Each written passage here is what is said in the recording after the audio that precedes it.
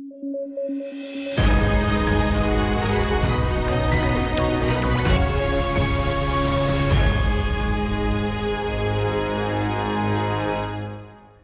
News at 9 programme में आपका स्वागत है। मैं हूं अमृत उपाध्याय। आइए देखें आज का रैपिड न्यूज। अफ्रीकी देश रवांडा में मार्बर्ग वायरस के प्रकोप के कारण 6 लोगों की मौत हो गई है। यह एक गंभीर रक्तस्रावी बुखार है जो लोगों और गैर मानव प्राइमेट्स दोनों को प्रभावित करता है।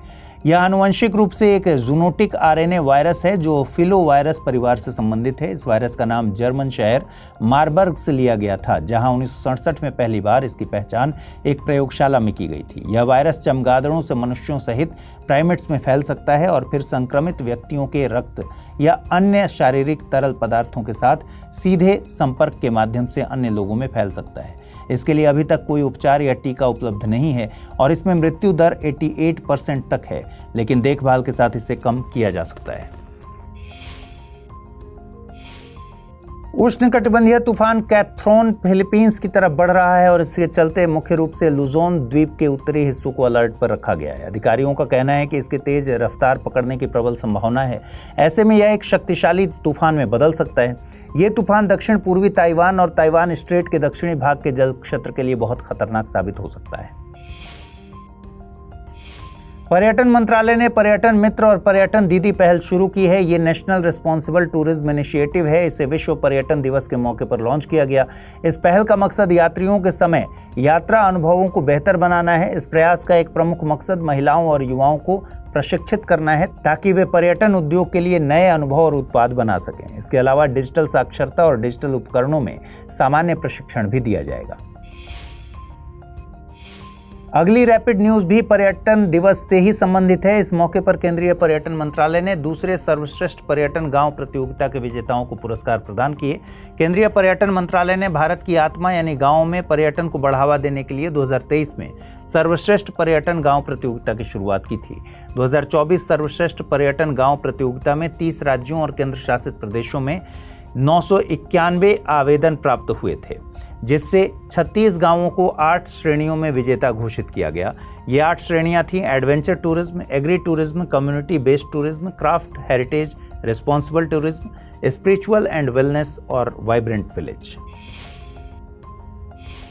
ऑक्सीजन बर्ड पार्क का उद्घाटन केंद्रीय सड़क परिवहन और राजमार्ग मंत्री नितिन गडकरी ने किया। यह अमृत महोत्सव पार्क के नाम से भी जाना जाएगा। यह एक पर्यावरण अनुकूल पहल है जो महाराष्ट्र के नागपुर में नागपुर हैदराबाद राष्ट्रीय राजमार्ग 44 पर विकसित की गई है और इसे भारतीय राष्ट्रीय राजमार्ग प्राधिकरण द्वारा विकसित किया गया है। पार्क कुल 8.23 हेक्टेयर क्षेत्र में फैला है, जिसे प्राकृतिक पक्षी आवास के रूप में और स्थानीय लोगों और पर्यटकों के लिए एक मनोरंजक स्थान के रूप में काम करने के लिए डिजाइन किया गया है। भारत सरकार ने अभिनेता मिथुन चक्रवर्ती को दादा साहेब फाल्के अवार्ड देने की घोषणा की है। उन्हें अक्टूबर 2024 में 70वें राष्ट्रीय फिल्म पुरस्कार समारोह के वक्त इस पुरस्कार से सम्मानित किया जाएगा। मिथुन चक्रवर्ती इससे पहले 3 बार राष्ट्रीय फिल्म पुरस्कार जीत चुके हैं। उन्होंने सैकड़ों हिंदी और बंगाली फिल्मों में काम किया। आपको बता दें, दादा साहब फाल्के अवार्ड की स्थापना सरकार ने 1969 में की थी। यह पुरस्कार सिनेमा का क्षेत्र में सर्वश्रेष्ठ योगदान के लिए सरकार की तरफ से दिया जाने वाला सर्वोच्च सम्मान है। बीते दिनों India sugar and bio energy manufacturers association ने 2 दिवसीय the India sugar and bio energy conference का आयोजन किया था। इस सम्मेलन के उद्घाटन सत्र में खाद्य एवं सार्वजनिक वितरण मंत्री प्रहलाद जोशी ने कहा है कि भारत दुनिया का तीसरा सबसे बड़ा एथेनॉल उत्पादक और उपभोक्ता देश बन गया है। यह बदलाव जैव ईंधन के उपयोग को प्रोत्साहित करने और ऊर्जा स्थिरता में सुधार करने के लिए भारत सरकार द्वारा किए गए महत्वपूर्ण नीतिगत बदलावों का परिणाम है। आपको बता दें कि पिछले दशक में गन्ने की खेती में करीब 18% की बढ़ोतरी हुई है, जबकि गन्ना उत्पादन 40% बढ़ा है। वहीं किसानों और चीनी उद्योग के हितों की रक्षा के लिए केंद्र सरकार ने 2018 में शुगर के लिए एमएसपी यानी न्यूनतम समर्थन मूल्य लागू किया था। भारत और कजाकिस्तान के बीच संयुक्त सैन्य अभ्यास काजिंद 2024 30 सितंबर को उत्तराखंड में शुरू हुआ। यह काजिंद संयुक्त अभ्यास का 8वां संस्करण है जो 13 अक्टूबर तक आयोजित किया जाएगा। यह अभ्यास पर्वतीय अर्ध शहरी क्षेत्रों में उग्रवाद और आतंकवाद विरोधी अभियानों पर केंद्रित होगा। इस अभ्यास को पहली बार 2016 में आयोजित किया गया था। यह दोनों देशों में वैकल्पिक रूप से आयोजित होता है, जिसमें थल सेना और वायु सेना दोनों के सैन्य कर्मचारी शामिल होते हैं।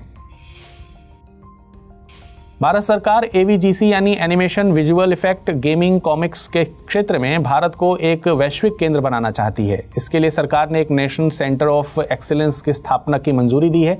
इसे कंपनी अधिनियम 2013 के तहत एक कंपनी के रूप में स्थापित किया जाएगा। भारतीय वाणिज्य एवं उद्योग महासंघ तथा भारतीय उद्योग परिसंघ भारत सरकार के साझेदार के रूप में इसका प्रतिनिधित्व करेगा। इसे अस्थायी रूप से Indian institute for immersive creators का नाम दिया गया है।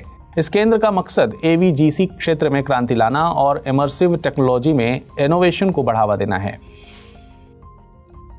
भारतीय नौसेना के वार्षिक शीर्ष स्तरीय अंतर्राष्ट्रीय सम्मेलन IPRD यानी कि इंडो पैसिफिक रीजनल डायलॉग का आयोजन नई दिल्ली में किया जाएगा। इसकी थीम इंडो पैसिफिक में संसाधन, भू राजनीति और सुरक्षा होगी। रक्षा मंत्री राजनाथ सिंह इस सम्मेलन को संबोधित करेंगे। इनमें 20 से अधिक देशों के प्रतिनिधि हिस्सा लेंगे, जो महत्वपूर्ण स्तंभों अर्थात समुद्री संसाधन और संसाधन साझाकरण के कई मुद्दों पर चर्चा करेंगे। चर्चा के विषय में समुद्र में मछली के घटते भंडारण, अवैध, अप्रतिबंधित और अनियमित रूप से मछली पकड़ने की गतिविधियों में वृद्धि भी शामिल है। आपको बता दें कि इसके पहले संस्करण का आयोजन 2018 में किया गया था।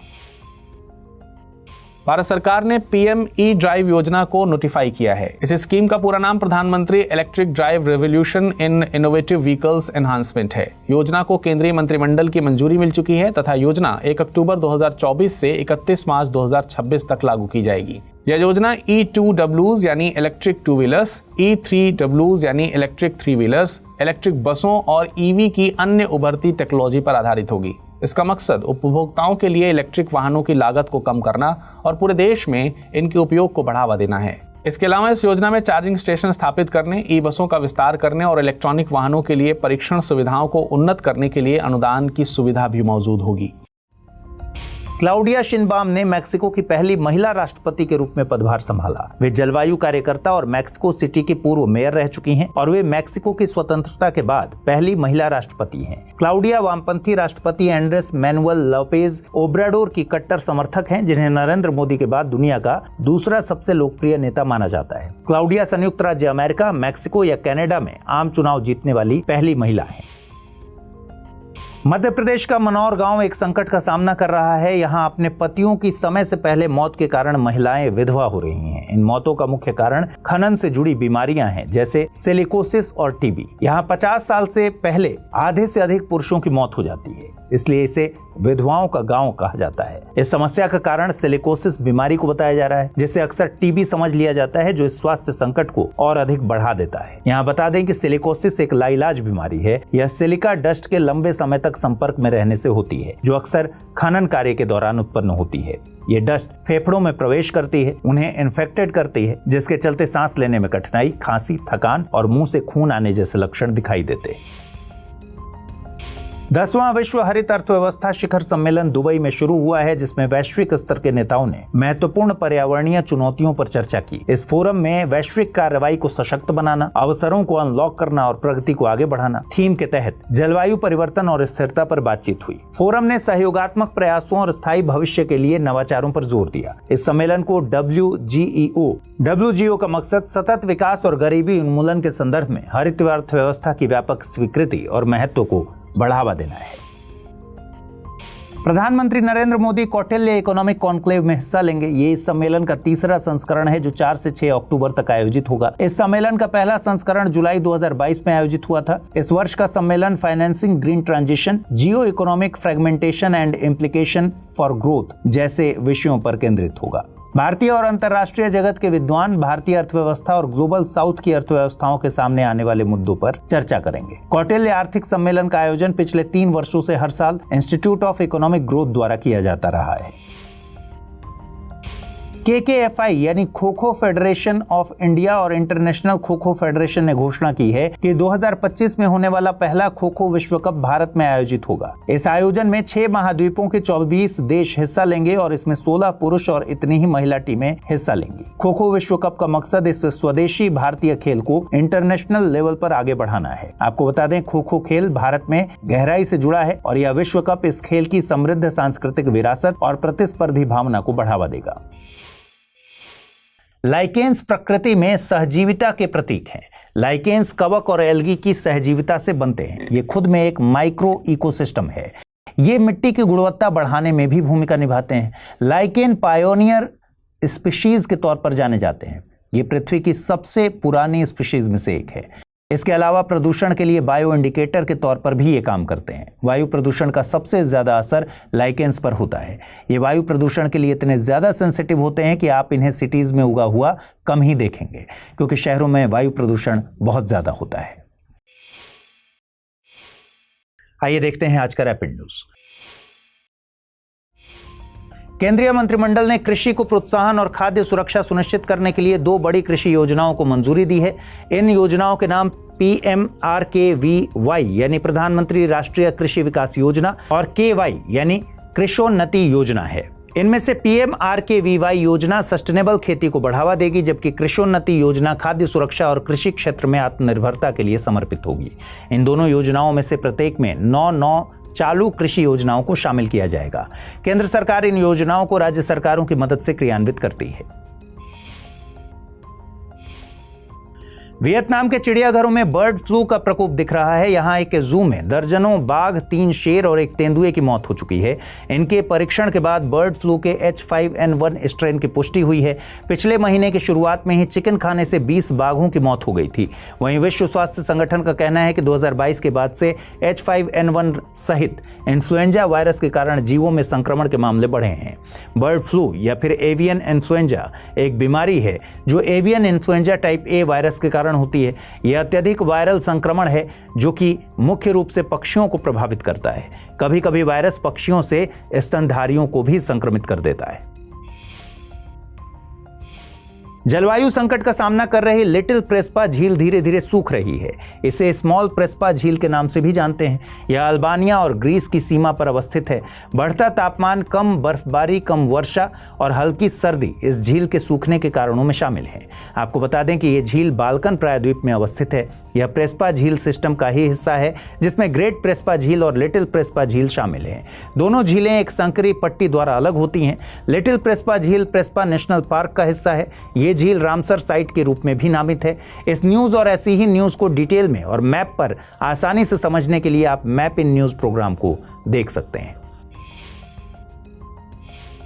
यूरोपीय आयोग के संयुक्त अनुसंधान केंद्र ने ग्लोबल ड्राउट सितंबर 2024 नाम से एक रिपोर्ट जारी की। इस रिपोर्ट के अनुसार दुनिया भर में तापमान और बारिश में भारी विसंगतियां रिकॉर्ड की गई।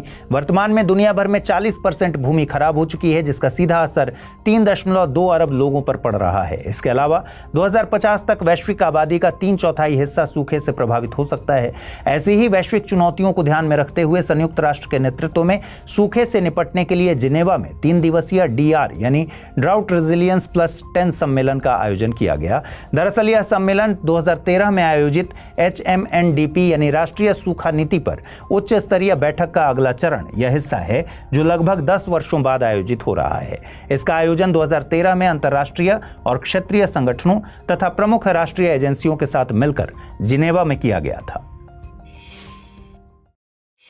तो आज इस बुलेटिन में इतना ही। ख्याल रखिए अपना, ठीक से पढ़ाई कीजिए। अगर आप इस बुलेटिन की PDF हासिल करना चाहते हैं, अमृत उपाध्याय 007 टेलीग्राम चैनल पर इसकी PDF रोजाना मिलती है। और आज जो सवाल मैंने पूछे हैं उनके सही जवाब कमेंट सेक्शन में जरूर दीजिएगा। नमस्कार।